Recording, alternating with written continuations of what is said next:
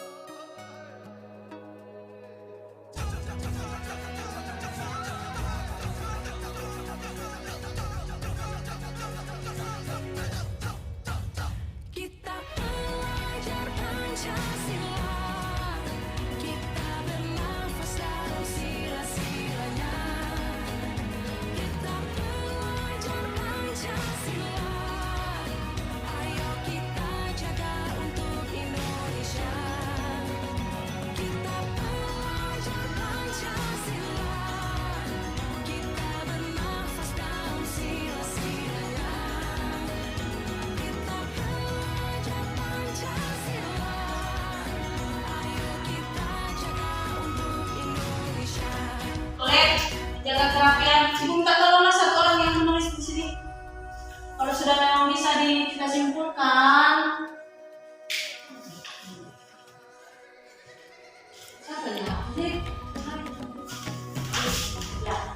Menjaga kebersihan, menjaga kerapian rambut, menjaga sopan santun. Itu bisa kita terima itu ya.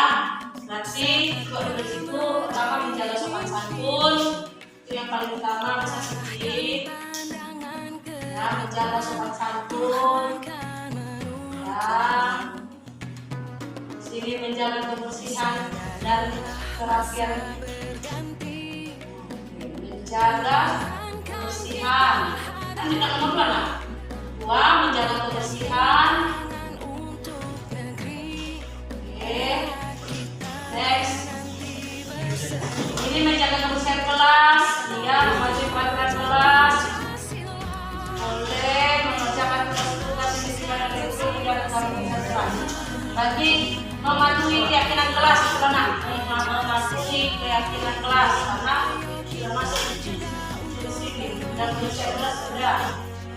Di sini cabut dari sekolah adalah salah satu pelarian dari masa depan, kebersihan dan sebagian dari diri.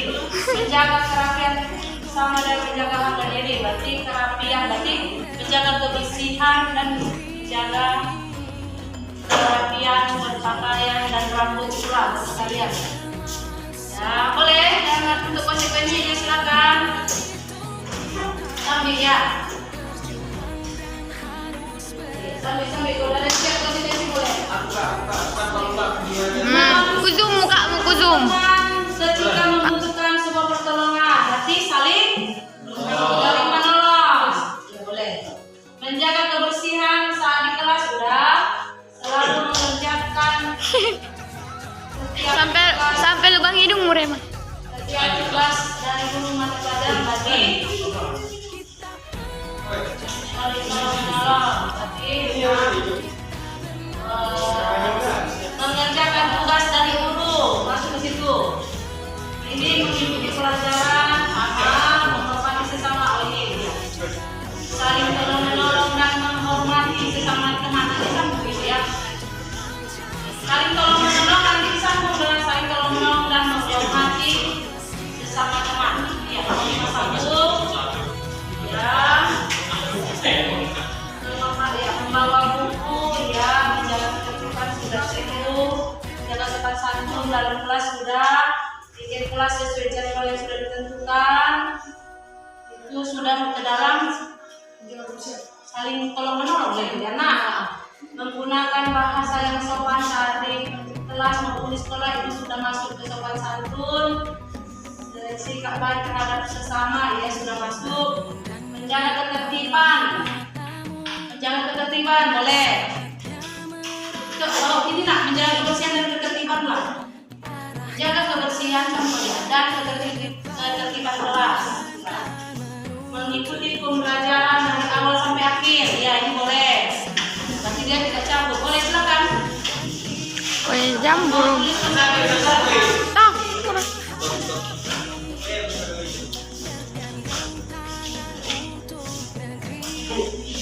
Kalau di podcast apa kita lagi ke Banten, mana visi?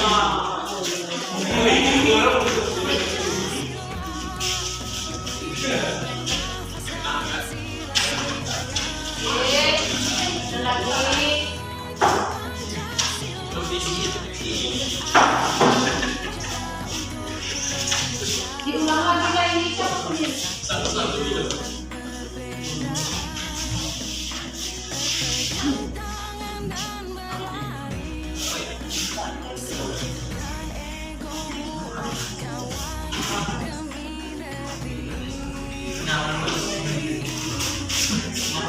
Sudah, ada lagi. Ini mengembalikan barang setelah dipinjam boleh. Boleh nih ya, mengembalikan barang setelah dipinjam. Ya, kalau kecil.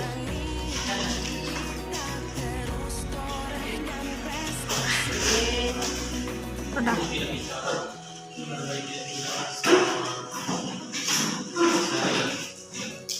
Kemudian jika terdapat sampah di ruang kelas dari ruang cepat ke tempat sampah itu menjaga kebersihan.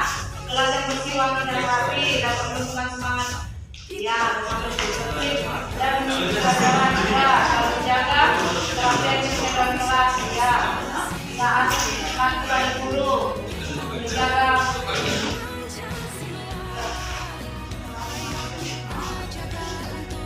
menjaga kesopanan dalam berbicara dan nanti berbagai seragam sekolah dan hasilkan oke yang benar dan menjaga kebersihan membuang sampah di tempat yang tidak boleh ya tidak boleh membuang di kelas ini dapat dilakukan saja harus ramah berpakaian di kelas sudah masuk menjaga kebersihan sudah masuk mengikuti pembelajaran sudah mati pelajaran sudah selalu membawa buku pakai saat pembelajaran dimulai. Apa ini bahasa kita? Menjaga kebersihan, fokus dalam belajar lah, fokus dalam belajar. Mengerjakan tugas tepat waktu sudah. Masih itu mengerjakan tugas tepat waktu. Mengerjakan tugas tepat waktu. Melengkapi keperluan belajar. Nah, Melengkapi keperluan belajar. Ada itu melengkapi keperluan belajar. itu lagi apa lagi? Mereka di belajar. Membawa peralatan belajar. Membawa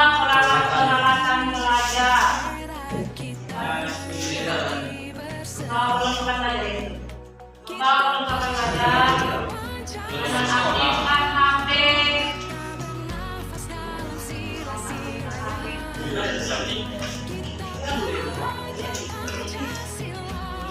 Perlengkapan belajar.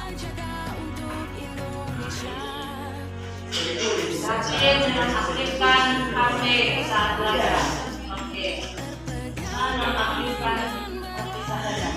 Nah ini dia konsekuensi. ketika melanggar peraturan maka akan membersihkan ruangan kelas.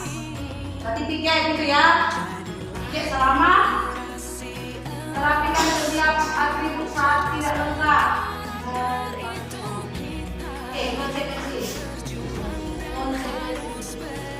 Konsekuensi yang pertama, piket atau membersihkan ruangan. Apa kita pikir? Menggantikan piket, Bu. Menggantikan piket, oke. Sama. Menggantikan piket selama 1 hari. Merapikan setiap kekacauan yang pernah dilakukan di kelas. Ya. Berarti mau kita lanjut apa ini? Oh, berarti kalian itu menggantikan piket ya. Hotspot pribadi ya, lo ya mas, hotspot. Menyanyikan lagu wajib nasional, boleh. Menyanyikan lagu wajib nasional, meminta maaf kepada teman itu.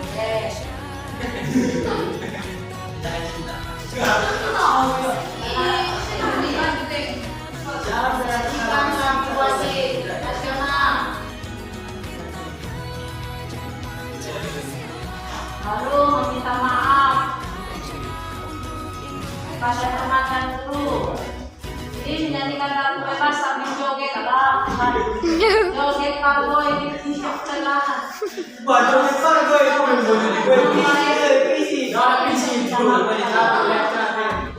Membayar jajan maksimal 5K. Dari hotspot. Alah, begini ada wanita buat cowok rambut 001 buat cewek kontes.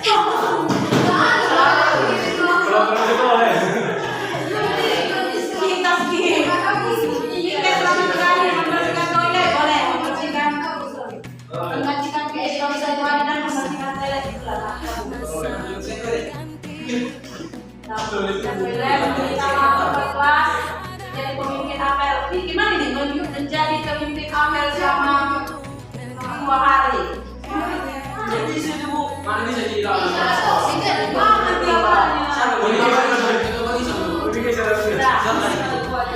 Membaca janji siswa di depan kelas boleh ya? Menyanyikan lagu wajib dan sini aja nak.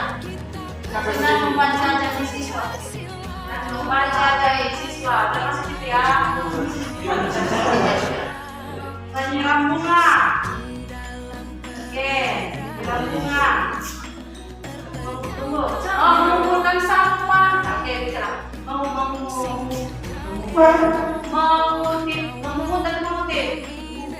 Mengutip sampah dan menyiram bunga itu lah. Tiket selama 3 minggu jadi pembinaan pasar baik. Menghafal menuliskan minimal 3 rumus matematika bebas materi apapun boleh. Tidak. Berapa rumus matematika? Ini udah masih dia membacakan nilai istimewa itu benar bagus. Dan menghafal rumus matematika, mengerjakan contoh soal yang diberikan guru. Nanti mengerjakan tugas tambahan. Dan mengerjakan tugas tambahan. Menyebutkan dasar dharma. Oh, boleh. Boleh ya.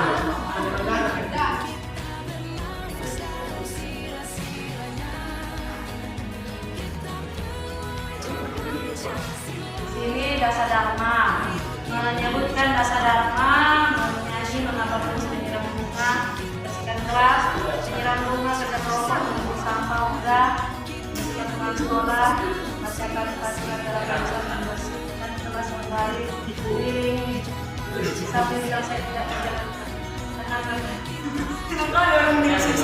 Menyebutkan dasar dharma, bukan dasar dharma, koma, Pancasila, dan janji siswa itu lebih serius. Ini enak kali hukuman kalian ini ya. Dasar dharma dan janji siswa apa? Dan janji siswa. Bukan ini udah tadi janji siswa. Oh iya ya. Dan undang-undang. Apa itu? Buat cerita atau buat Oke. Nah, kelas perilaku dan konsekuensinya, ya. Menjaga sopan santun, menjaga kebersihan dan seterusnya.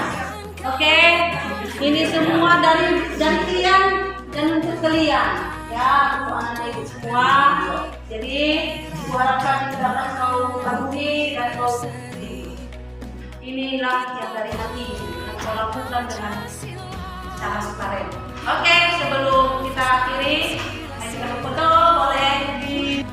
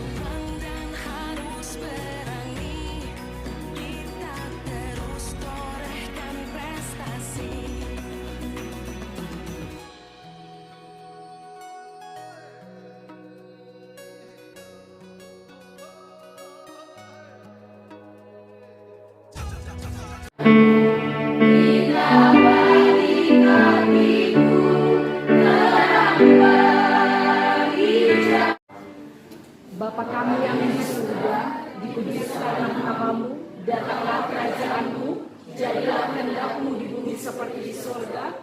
Berilah kami pada hari ini makanan kami yang secukupnya, dan ampunilah kami atas kesalahan kami, seperti kami juga mengampuni orang yang bersalah kepada kami. Dan jangan membawa kami ke dalam pencobaan, tetapi lepaskanlah kami daripada yang jahat. Karena Engkau yang punya kerajaan dan kuasa dan kemuliaan sampai selama-lamanya. Amin.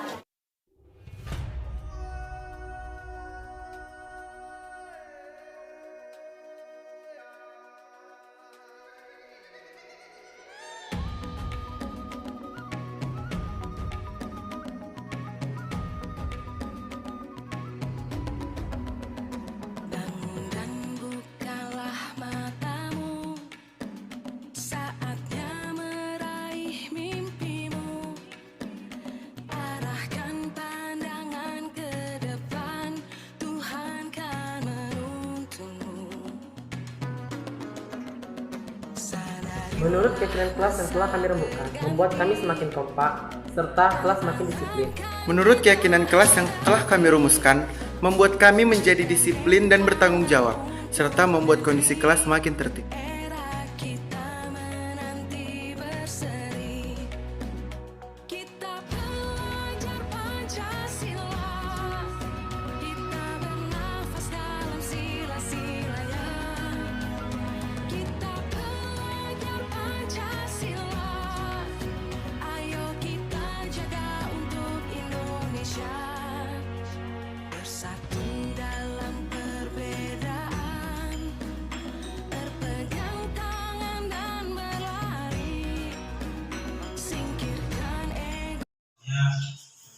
Bapak Kepala SMA Negeri 2 Suksa, Bapak Ibu anak tugas calon, Ibu Putra, Bapak Ibu guru peserta yang hadir pada kesempatan ini. Tidak bosan-bosan kita mengucapkan puji kepada Tuhan Yang Kuasa atas berkat-Nya kita bisa berkumpul di sini, diberikan kesehatan dalam rangka workshop mengenai guru penggerak. Adapun dari acara kita nanti yang pertama itu adalah pembukaan oleh saya protokol, kemudian acara kedua dilanjutkan dengan doa, nanti akan dibawakan oleh Bapak Rusli Fendi SPD kemudian menyanyikan lagu Indonesia Raya dipandu oleh Ibu Seri Binti. Setelah itu arahan serta bimbingan dari Kepala SMA Negeri Juara oleh Bapak Faisal yaitu Hulu SPDMN. Kemudian acara langsung kita lanjutkan kepada penyanyi pertama dari calon guru penggerak Ibu Susi Naisi dengan topik filosofi belajar dewantara. Selanjutnya kita akan mendengarkan pemaparan dari Ibu Ceriska Apetrina SPD. Ibu itu akan membahas bagaimana nilai dan peran guru penggerak. Kemudian akan dilanjutkan oleh Bapak Musli FFD SPD. Topiknya mengenai visi dan misi guru penggerak. Dan terakhir nanti oleh Ibu Hermina ACIT SPD MSI. Topik mengenai budaya positif tentang guru penggerak. Acara akan dilanjutkan dengan sharing atau warna sari karena jalan penutup dan ucapan terima kasih. Baik, terima kasih. Assalamualaikum warahmatullahi wabarakatuh. Sebelum memulai kegiatan kita mari kita berdoa. Mohon izin memimpin secara Islam. Bismillahirrahmanirrahim. Alhamdulillahirabbil alamin. Wassalatu wassalamu ala asyrofil anbiya'i wal mursalin wa ala alihi washabbihi ajma'in.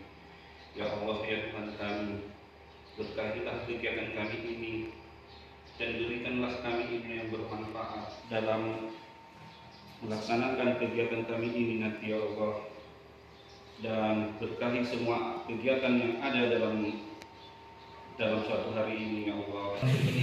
Kepada Ibu Seri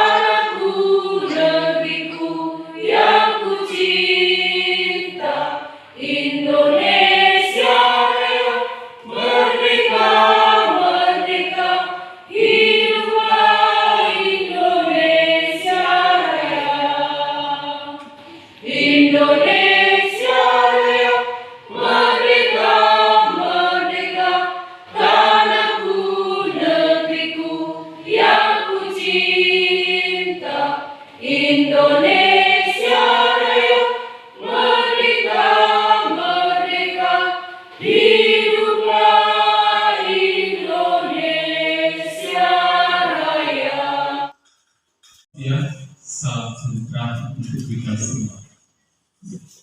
Yang kami banggakan, Bapak Ibu calon guru penggerak di SMA Negeri 23 di Kabupaten Tapanuli, Provinsi Sumatera Utara. Baik, pada kesempatan ini saya sedikit memberikan dukungan arahan ke depannya. Saya mulai dari Bu Haja Herlina Hasnianti CIT SPD MSI, Pak Rusli Effendi SPD, Ibu Ceriska SPD, Ibu Susila Ningsi SPD. Guru bergerak di Indonesia sekarang sedang digalakkan oleh Menteri Pendidikan kita. Nah, untuk itu kita berharap dengan adanya program workshop oleh guru bergerak yang terpilih di SMA Negeri 2 Tukan ini, yang seyogianya di awal ada 10 orang menjadi 9 orang yang dinyatakan ikut serta sampai 9 bulan, mungkin 6 bulan lagi ya Bapak Ibu. Mereka ini akan menuntaskan program guru bergerak, di mana beliau ini adalah bagian dari seluruh peserta di Indonesia yang akan menjadi pionir di setiap daerah. Apa manfaatnya Bapak Ibu? Sangat besar manfaatnya. Program guru bergerak ini dipersiapkan sebagai cikal bakal kepala sekolah di Indonesia. Ini sekolah ini terdaftar sebagai sekolah bergerak 9 bulan ke depan, setahun ke depan, mungkin sekolah ini menjadi guru bergerak. Apa syarat utamanya? Ada dulu guru bergerak ini. Angkatan keberapa ini? Angkatan keempat. Sampai akhirnya saya dengarkan dari Pak Setiadilono dan Pak Deden, ini ada sampai angkatan 12. Nah, terima kasih banyak. Nah, yang kedua, dukung program ini biar terimbas. Makanya bahasa mereka ini mengimbaskan ke kita, biar kita juga termotivasi seperti itu. Yang ketiga, ayo. Begitu dia mereka ingin melakukan guru bergerak, ayo sama kita bergerak bersama mereka, biar sekolah ini juga nantinya menjadi sekolah bergerak. Adanya guru bergerak, otomatis nanti sekolah ini menjadi sekolah bergerak. Berarti kita semua warga SMA Negeri 2 Tukan, baik gurunya. Demikian saja. Assalamualaikum warahmatullahi wabarakatuh. Warahmatullahi wabarakatuh. Selamat siang bagi kita semua. Salam bahagia. Bapak Ibu, sebelum saya masuk ke penjelasan ya materi yang mau saya sampaikan, izinkan saya menyampaikan pendahuluan mewakili dari teman-teman saya di berempat. Bapak Ibu, acara yang kami lakukan ini bukan karena kami pintar, ya Bapak Ibu. Di sini kami hanya berbagi ilmu yang sudah kami dapatkan selama beberapa bulan, ya. Dan kami yakin kalau masalah praktek ilmu kita semua sudah tahu. Dan satu lagi, acara kami di sini sudah melakukan selama 3 bulan. Nah, di 3 bulan ini kami terdiri beberapa modul. Inilah nanti yang akan disampaikan oleh kami masing-masing. Dan yang tugas terakhir dari modul 1 kami ini, inilah dia aksi nyata. Aksi nyata pengimbasan dari modul 1 yang sudah kami pelajari sebelumnya. Dan terima kasih kami ucapkan kepada Bapak Kepala Sekolah dan teman-teman seperti yang dibilang Kepala Sekolah sudah mau ikut yang membantu kami, mendukung kami dalam melakukan pendidikan guru penggerak kami ini. Doakan kami agar kami bisa mendapatkan bukan sebagai calon tapi guru penggerak, dan insya Allah kami juga mendoakan bapak-bapak ibu guru sekolah kita dan khususnya yang hadir pada saat ini dapat lulus seperti kami menjadi calon guru penggerak. Ya. Bapak Ibu, di modul yang telah kami pelajari ada 4 modul, 4 submodul ya. Ada 4 submodul ya. Jadi ini modul 1 terdiri dari 4 submodul. Yang pertama yaitu tentang filosofi pemikiran Ki Haji Dewantara. Seperti kita ketahui ya Bapak Ibu, Ki Haji Dewantara itu adalah bapak ya, promotor pendidikan kita. Jadi filosofi dan pemikiran-pemikirannya lah maka terciptalah pendidikan dan sistem yang kita lakukan sekarang ini. Dan ini kenapa kosong? Sebenarnya ini video ya Bapak Ibu, ini video bagaimana pendidikan kita pada zaman kolonial. Ya, bagaimana perjuangan Ki Haji Dewantara sehingga muncullah pendidikan awal di Indonesia yaitu sekolah taman siswa. Tapi mohon maaf karena ini tidak bisa diputar. Mudah-mudahan kalau Bapak Ibu ingin tahu di situ ada di YouTube sudah tersedia. Nah, inilah intisari pemikiran dari Ki Haji Dewantara. Jadi menurut Ki Haji Dewantara ada beberapa masukannya. Apa itu pendidikan? Yang pertama, Bapak Ibu, dasar pendidikan itu sebagai menuntun di dalam hidup tumbuhnya anak-anak. Artinya, pendidikan menuntun segala kekuatan kodrat yang ada pada anak-anak agar mereka sebagai manusia dan sebagai anggota masyarakat dapat mencapai keselamatan dan kebahagiaan yang setinggi-tingginya. Selanjutnya, nah, menurut Ki Haji Dewantara, bagaimana sih untuk mewujudkan pendidikan yang menurut dasar pendidikan Ki Haji Dewantara? Nah, inilah kita sebagai guru dasar dan pemikiran Ki Haji Dewantara ada 3, ini bahasa Jawa Bapak Ibu, yaitu pertama Ingmar Sosungtolodo. Kita diharapkan sebagai guru di depan memberi contoh, Ingmario Mangunkarso di tengah membangun semangat, dan Tukuri Handayani di belakang memberi dorongan. Jadi itulah dasar pemikiran Ki Haji Dewantara. Sebaiknya kita sebagai guru dapat menerapkan 3 ini. Nah, lalu Bapak Ibu, apalagi dasar pendidikan dari Ki Haji Dewantara, yaitu kita menuntun kodrat anak. Kodrat anak itu apa? Yang pertama, merdeka. Merdeka maksudnya bahwa pengaruh pengajar itu umumnya memerdekakan manusia atas hidup lahir, sedangkan merdekanya hidup batin terdapat dari pendidikan. Nah, ini sudah kita rasakan bahwa pendidikan kita itu sekarang sistem merdeka belajar. Nah, selanjutnya kodrat anak apalagi, yaitu bermain.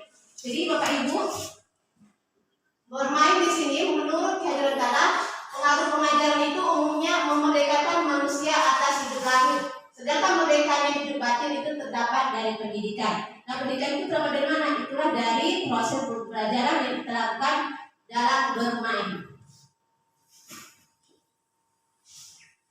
Nah, lalu dasar pendidikan yang ketiga yaitu pendidikan yang berpihak pada murid, atau selama ini yang kita sebut student center.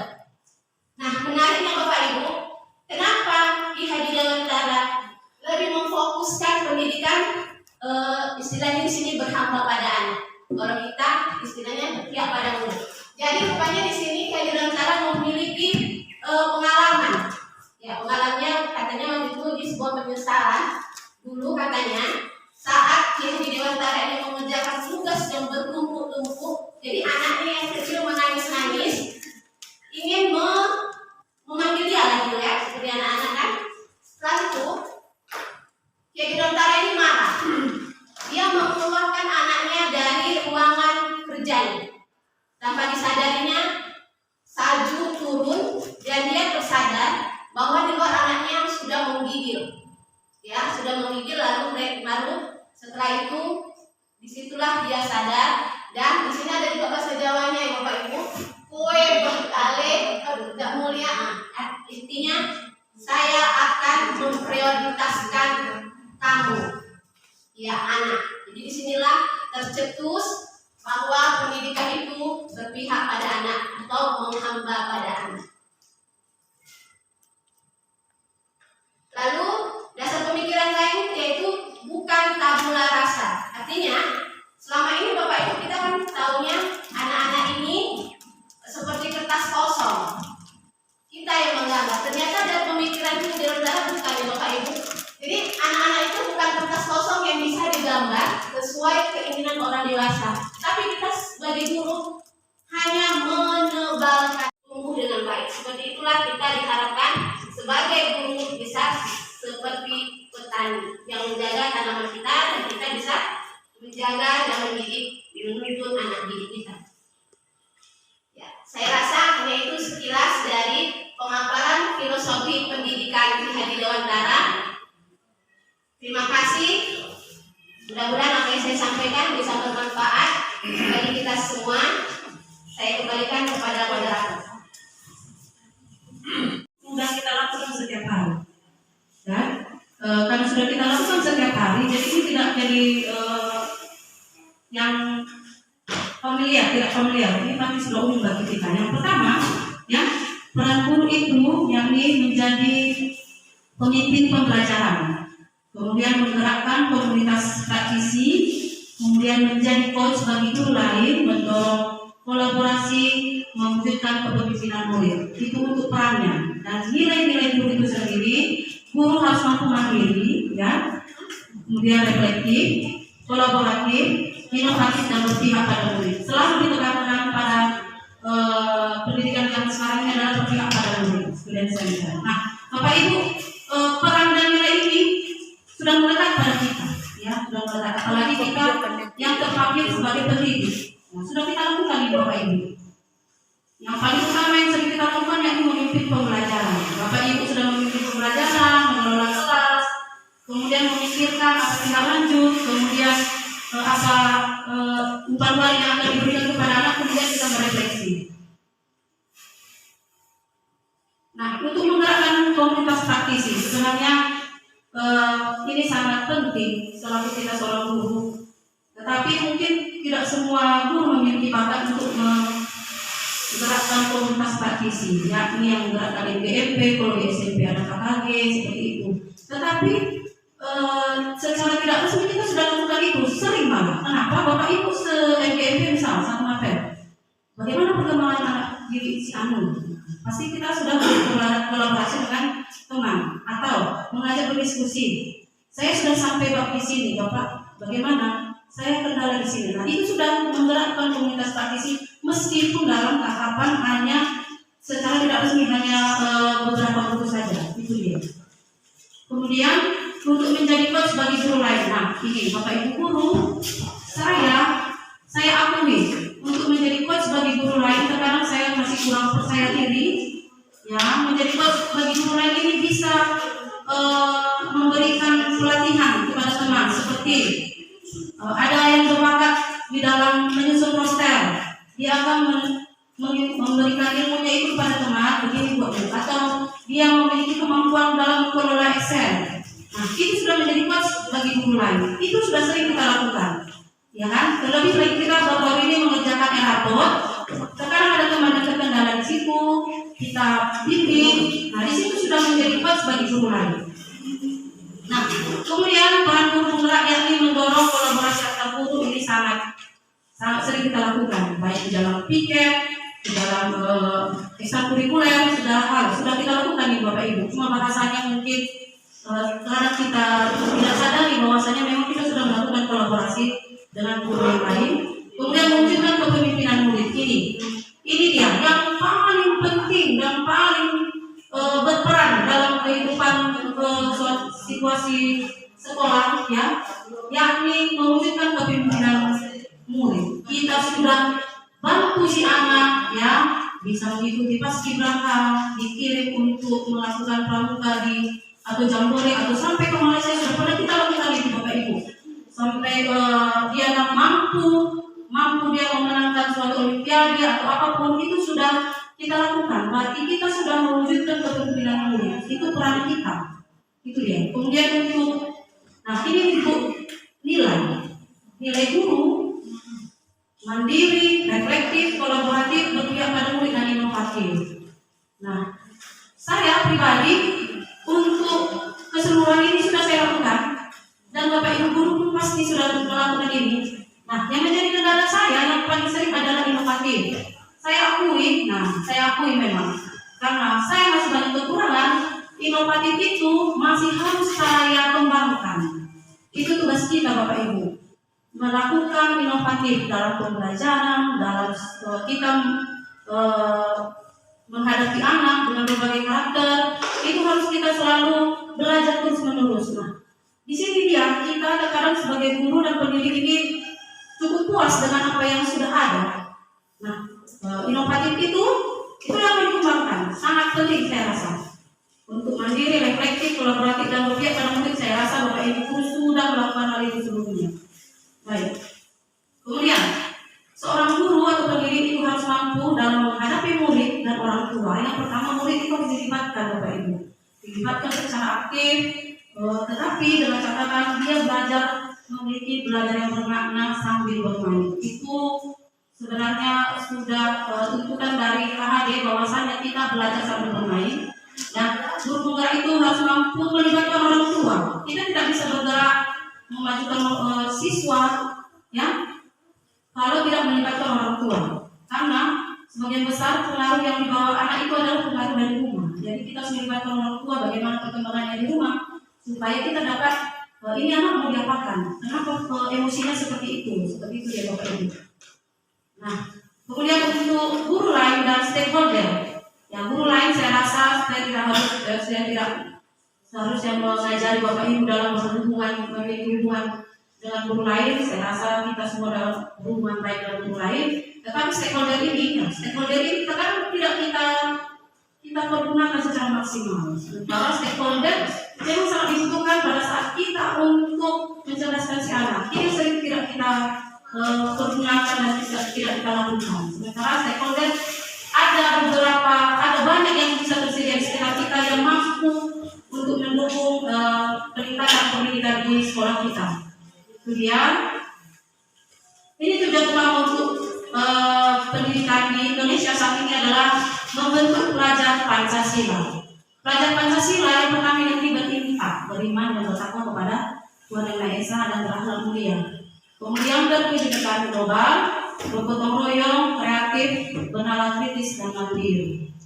Saya rasa untuk keenam ini yang paling sulit saat ini adalah membentuk siswa kita atau pelajar kita yang beriman dan bertakwa kepada Tuhan Yang Maha Esa dan berakhlak mulia ini. Kita tahu bersama bahwasanya imbas dari COVID-19 itu menyulitkan kita dalam membentuk karakter anak. Nah, sementara kita dituntut untuk mewujudkan pelajar itu yang mencerminkan mewujudkan ini, ya, pelajar yang mencerminkan pelajar Pancasila, profil yang Pancasilais. Tetapi tidak ada pelajar yang memiliki kecerdasan kalau dia tidak berakhlak mulia. Itu ya. Ya, kita itu bersama-sama yang membentuk. Sedikit ilmu yang sudah saya dapatkan, semoga Bapak Ibu berkenan menerima dan bersama-sama dengan saya menjelaskannya di sekolah kita ini. Terima kasih. Terima kasih.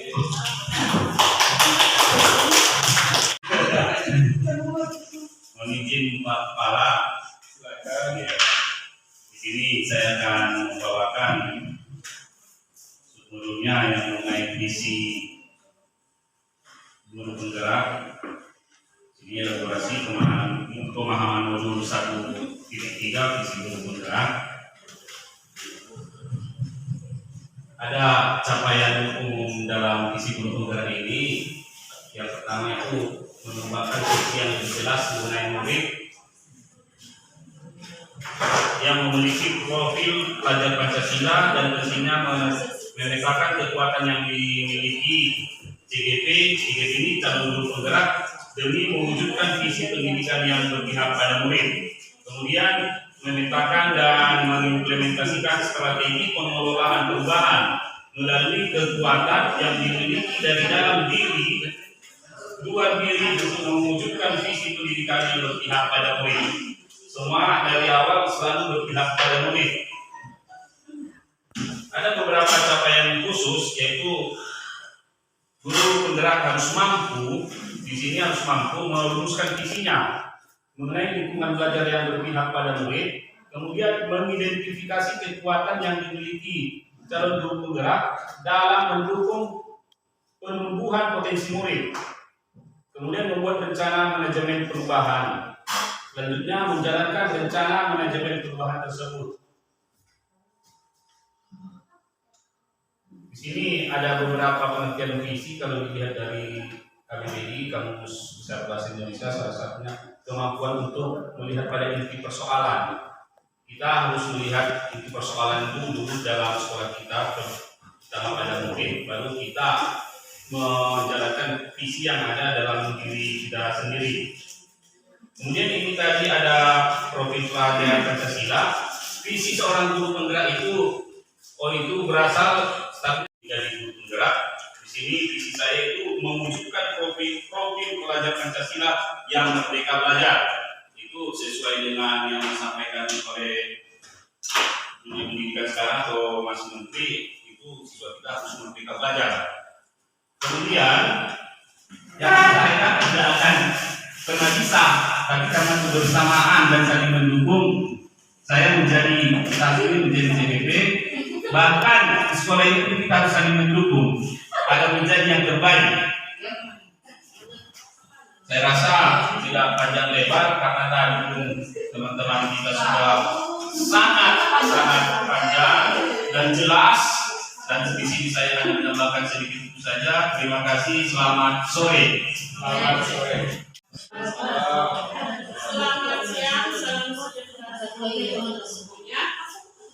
Terima kasih kami ucapkan kepada Bapak Ibu yang sudah berkenan beserta kami membantu kami dalam program pelatihan yang sedang kami laksanakan, yaitu program studi program. Saya akan membawakan modul 1.4, yaitu mengenai budaya positif. Nah, sebelum saya mulai, saya akan menyapa Bapak Ibu dulu dengan kalimat, kalau saya bilang salam dan bahagia, berarti Bapak Ibu nanti akan membalas salam dan bahagia. Bisa ya Bapak Ibu? Bisa. Terima kasih. Mulai ya Bapak Ibu. Salam dan bahagia. Salam dan bahagia. Salam dan bahagia. Salam dan bahagia. Kenapa di hadiah Dewantara pada saat dia memasuki ruang kelas yang selalu mengucapkan salam dan bahagia, salam dan bahagia, itu merupakan suatu doa. Artinya setiap pertemuan itu kita akan memperoleh keberkahan, kita akan memperoleh kesehatan, kita akan memperoleh kemudahan dalam memahami apa yang nanti berlangsung di setiap kegiatan kita. Nah, pembahasan kita budaya positif. Apa itu budaya? Nah, kita ketahui budaya itu adalah suatu kebiasaan, ya, suatu kebiasaan yang nantinya kebiasaan ini akan mempunyai nilai, akan mencapai suatu tujuan. Nah, tujuan yang bagaimana? Tujuan yang bernilai positif. Nah, di sini nanti budaya positif, paradigma stimulus respon menjadi teori kontrol yang utama. Kemudian nanti yang kedua itu mengenai disiplin positif dan motivasi. Kemudian yang ketiga kebutuhan dasar. Yang keempat itu nantinya teori kontrol. Yang kemudian yang terakhir nanti restitusi, segitiga restitusi. Apa itu? Nah, nanti akan saya paparkan satu persatu. Nah, saya sedikit permainan mengenai perubahan paradigma yang pertama ya.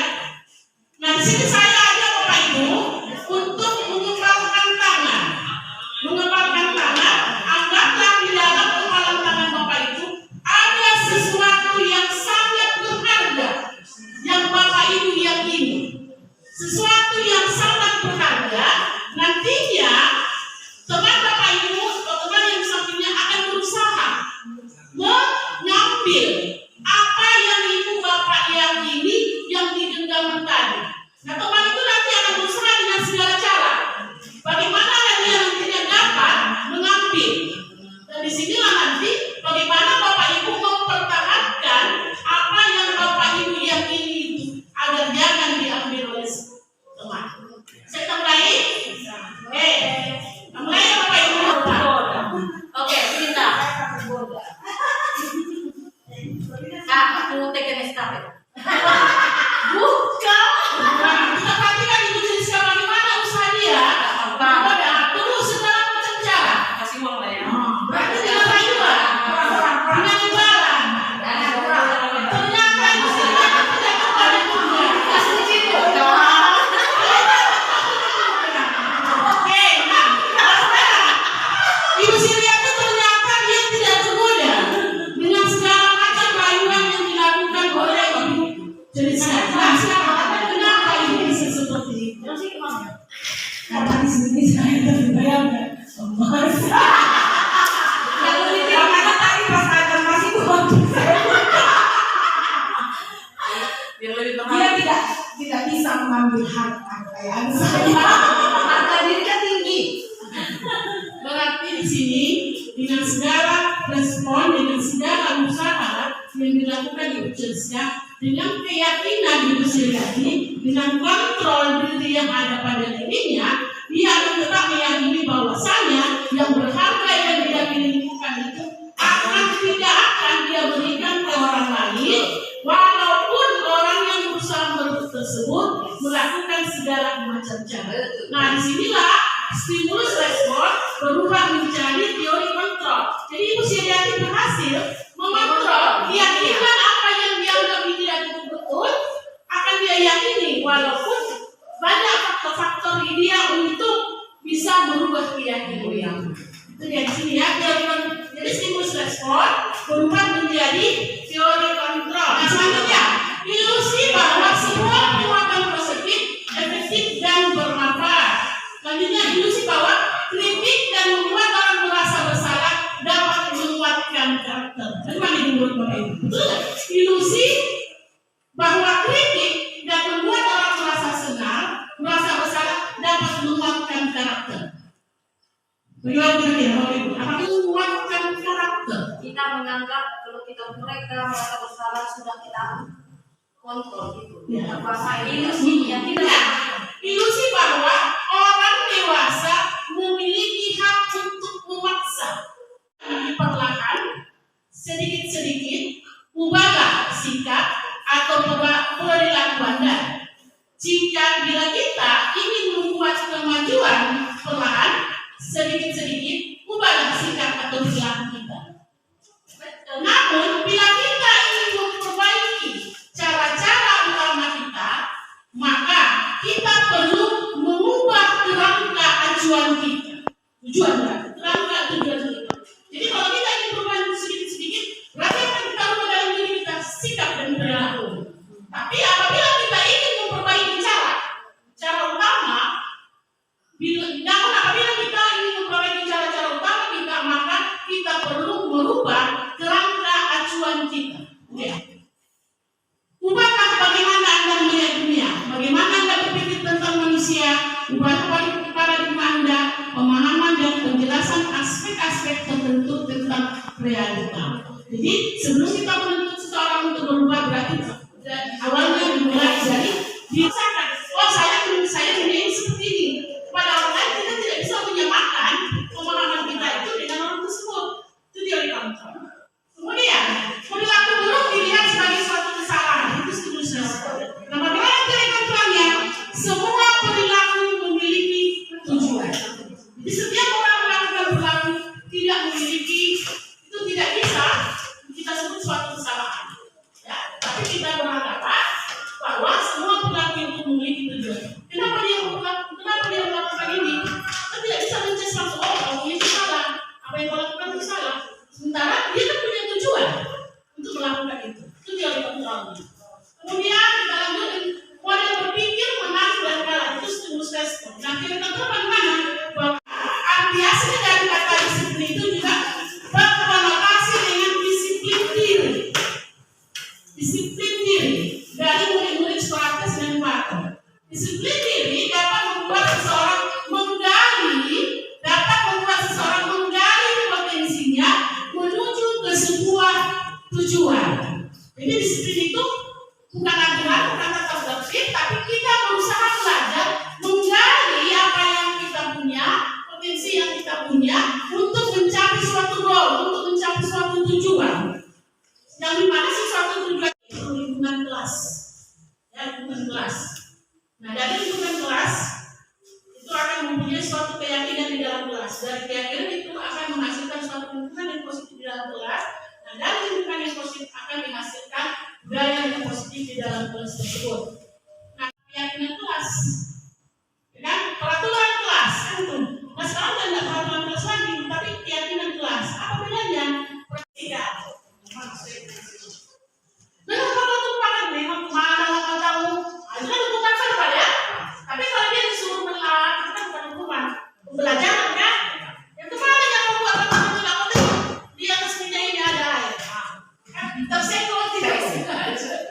Pada saat belajar ya.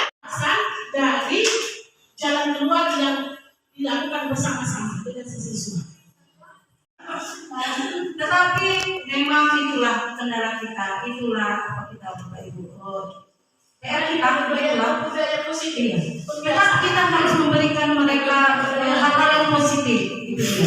Sangat sulit memang menekan emosi ini, sangat sulit. Sudah dibujuk. Kenapa? Jadi bagaimana? Solusimu apa anakku? Sampai seperti itu bahasanya. Sebenarnya kalau udah berbalik saja tuh siswa itu sudah mau saya tapi saya coba dan memang semua guru yang ada di Setak ini sama pengalamannya. Tapi masih anak udah SD, si anak sudah menggunakan sepatu yang seharusnya. Memang seperti itu peraturan sekolah. Jadi kalau di materi itu tidak boleh kasar, ditanyakan apa sebabnya, betul-betul kita kalau bisa kita sediakan sepatunya. Seperti itu Bapak Ibu. Ya, terima kasih Pak Susi. Karena kita belum mengetahui karakteristik dan kebutuhan dasar anak. Itu jawabannya. Kita kan sudah belajar kebutuhan dasar anak kan? Itu saja. Karena kita belum mengetahui karakteristik dan kebutuhan anak.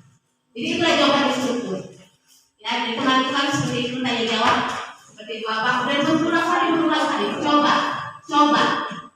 Jadi jangan menghukum, jangan aja menghukum. Cobalah sebagai teman dan ujungnya cobalah sebagai manajerial.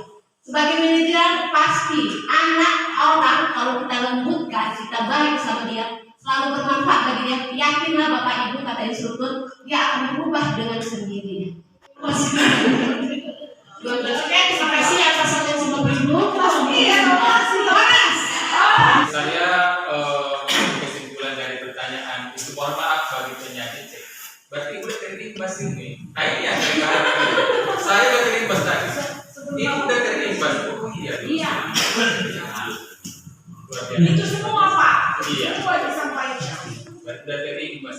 Keempat narasumber yang telah menyajikan begitu indahnya materi yang mereka sajikan. Yang pertama, masukan yang pertama. Tadi saya tertarik apa yang disampaikan oleh Ibu Susi, ada inovasi. Inovasi yang kita harapkan di sini dengan adanya penyajian CPP ini, kita berharap inovasi di dalam PTN muncul besok dan seterusnya. Apa itu inovasi itu? Seperti 2 minggu terakhir ini saya sebagai manajerial sudah membuat supervisi kepada kawan-kawan dengan sederhana. Yang saya katakan di dalam supervisi itu, mohon maaf ya Bapak Ibu, kita ikuti dulu alur daripada konsep yang diberikan oleh pengawas kepada kita dengan melakukan pembelajaran. Harapan saya, ketiga hal yang saya sampaikan ini berubah. Restorasi di bidang pendidikan ini kita harapkan di SMA Negeri 2 Tunggal kelak di tahun pelajaran PPDB 2022-2023 siswa itu tertarik datang ke sekolah kita. Barangkali itu masukan dari saya. Apa tadi yang dipaparkan Bapak Ibu sebenarnya adalah hal yang sangat berharga kalau saya secara pribadi. Saya sebenarnya sangat suka kalau mendengarkan seperti ini karena itu dapat memotivasi kita diri ya, memotivasi diri untuk kembali lagi sebenarnya saya menggali potensi karena setiap guru sebenarnya sangat potensial, punya bakat gitu loh dalam mengajar ya. Tapi karena memang di situasi tempat dan waktu kadang-kadang membuat kita malas ya. Menurut kita backmood. Cuman kalau secara pribadi apa yang disampaikan tadi itu menjadi motivasi untuk saya. Itu berharga sekali, apalagi tadi secara sistematis sampai kepada Ibu Ite tadi yang disampaikan itu keren banget. Kalau dikerjakan sebenarnya mantap sekali gitu. Cuman itulah tantangan ke depan. Bagaimana supaya saya ke pribadi saya ya, bagaimana secara pribadi bisa nanti lebih bermotivasi lagi untuk melakukan, mengerjakan kriteria-kriteria dari guru yang benar-benar dia student center gitu, enggak jadi teacher center. Waktu saya pun mengikuti PPG sertifikasi sebenarnya itu sudah diterangkan gitu. Iya, udah diberikan, diterangkan, dan pada saat PPG itu memang sama kali kita. Mantap kali ini gitu. Nanti ke tempat kerja nanti kerjakan lagi. Tapi kadang enggak ini gitu. Motivasi itu kadang down. Yang benar ya kata-kata fokus kepada yang dipaparkan Ibu Herlina. Kita harus memberikan student center. Sebenarnya ini sudah ada rencana saat CBSA, cara belajar siswa aktif. Serangan kepada siswa. Kita itu yang pernah mengalami ya. Tapi memang lain tempat, lain karakter siswa. Kita lihat kayak ekonomi siswa di sini keras ya. Jadi memang saya pun sekarang ini lebih banyak termotivasi membuat inovasi seperti anak SD kita mengajar. Itu juga. Dulu kita harus tugas ini, sekarang saya udah bergaya. Bahkan kalau saya mulai aktif ya bapak masukan suara saya keras masuk itu. Tapi resikonya kayak gini Pak, habis suara saya. Nggak bisa saya ngelar malam. Aduh, itu pula ya. Itu kenal itu. Terima kasih masukan juga seperti dihajar dengan para memang. Mungkin mereka mengatakan secara Jawa, benar orang Jawa itu apapun yang terjadi. Kita ada masing-masing. Kita punya apa karakter kita tuh keras. Kita punya ego tinggi. Apa kita masa guru. Tapi betul saya ajarkan harus meredam, student center, berikan kepada mereka. Mereka mempunyai kebutuhan. Mungkin ada yang perlu kasih sayang, ya, ada yang perlu A dan B. Tapi terima kasih, masukan dan motivasi kiranya kita terapkan, ya, memberi perubahan dan juga semakin siswa menghargai, menghormati kita lebih baik lagi. Nilai positif bisa mereka ambil dari sekolah kita dan mereka bisa berguna ke depan, mengharumkan nama sekolah, membanggakan kita masing-masing. Terima kasih. Terima kasih. Artinya siswa itu adalah sesuatu yang berharga bagi kita dunia pendidikan, dan ini akan menjadi penentu kemana Indonesia ini. Yang terakhir kita harus kembali ke bagaimana refleksi diri kita. Refleksi diri kita melihat bagaimana pendidikan ini. Yang terakhir mungkin Bapak Ibu, meskipun kita banyak berkecimpung di MGMP kolaborasi, maka hari ini diingatkan pentingnya itu, di mana kita bisa share, kita bisa berkolaborasi, kita bisa tanya apa kekurangan dan bagaimana untuk memajukan pendidikan. Akhir kata, bila kita ingin membuat kemajuan secara perlahan, sedikit demi sedikit, maka dikatakan di sini ubahlah sikap dan perilaku. Yang pertama ditanyakan adalah ubahlah perilaku, bukan perilaku anak-anak, tetapi ubahlah perilaku Bapak Ibu. Demikian yang bisa saya sampaikan dari intisari kita beri aplaus untuk kita semuanya.